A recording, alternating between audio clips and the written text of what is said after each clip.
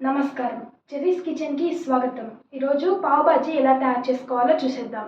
పావ్ బాజీ తయారు చేసుకోవడానికి కావాల్సిన పదార్థాలు: తరిగిన ఆలు 1 కప్, తరిగిన కాలీఫ్లవర్ 1 కప్, తరిగిన క్యారెట్ 1 కప్, బీట్రూట్ పీస్ 1, తరిగిన క్యాప్సికమ్ 1/2 కప్, తరిగిన బీన్స్ 1/2 కప్, బఠానీ 1/2 కప్,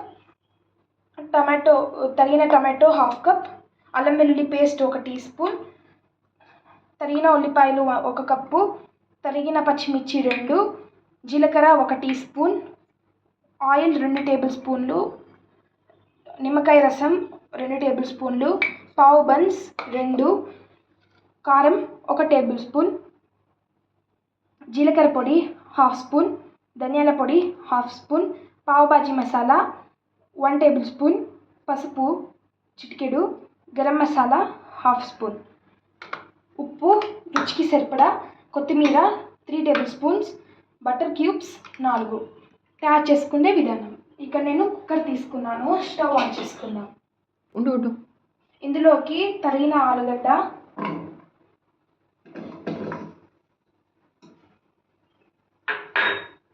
తరిగిన కాలీఫ్లవర్,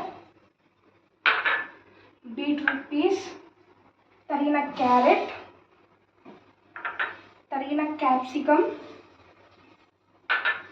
తరిగిన బీన్స్, తరిగిన బఠానీ,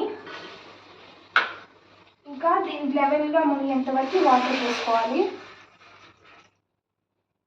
ఒకసారి మిక్స్ చేసుకుందాం.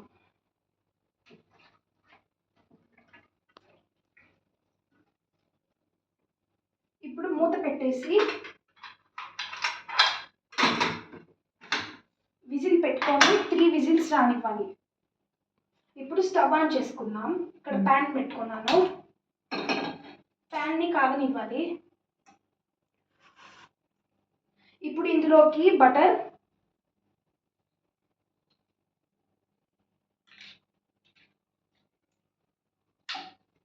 ఇందులోకి ఆయిల్ కూడా వేసుకోవాలి.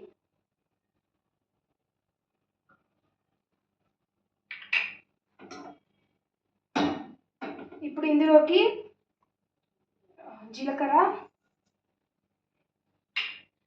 సన్నగా తరిగిన పచ్చిమిర్చి వేసుకొని ఫ్రై చేసుకోవాలి.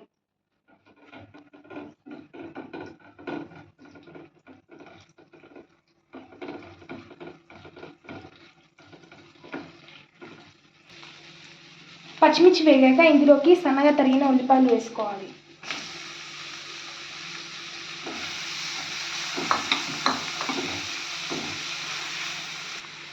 ఇందులోకి రుచికి సరిపడా ఉప్పు వేసుకుందాం. దీన్ని బాగా ఫ్రై చేసుకోవాలి. ఆనియన్స్ ఫ్రై అయిపోయాయి. ఇందులోకి సన్నగా తరిగిన టమాటో వేసుకుందాం.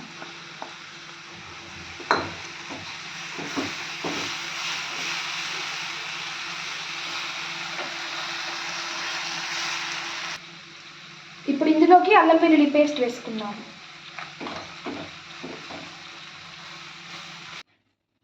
ఇప్పుడు కుక్ అయిన వెజిటబుల్స్ని మ్యాష్ చేసుకుందాం.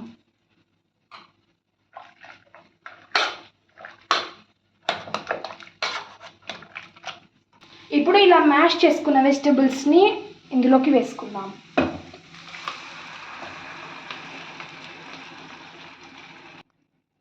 ఒకసారి దీన్ని బాగా మిక్స్ చేసుకుందాం.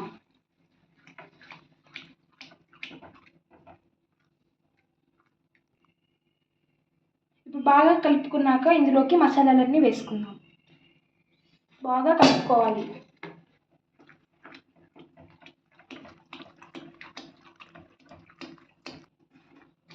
ఇలా బాగా కుక్ అయ్యాక ఇందులోకి తరిగిన కొత్తిమీర వేసుకుందాం.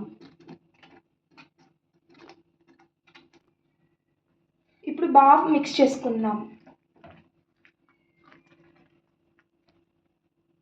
ప్యాన్ పెట్టుకొని కాగాక ఇందులోకి బటర్ క్యూబ్ 1 వేసుకుందాం.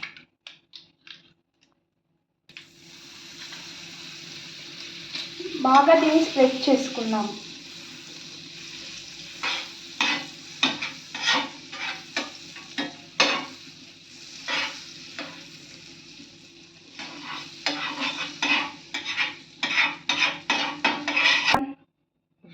పావు బన్స్ పెట్టుకుందాం.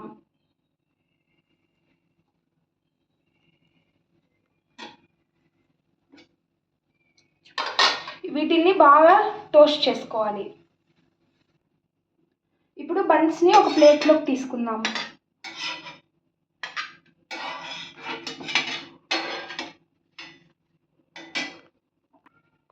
ఇందులోకి నిమ్మరసం వేసుకుందాం.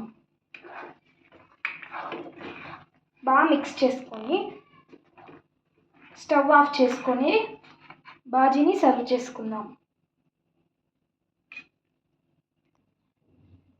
ఇప్పుడు ఇందులోకి సన్నగా తరిగిన కొత్తిమీర వేసుకుందాం. అంతే, పావు బాజీ రెడీ.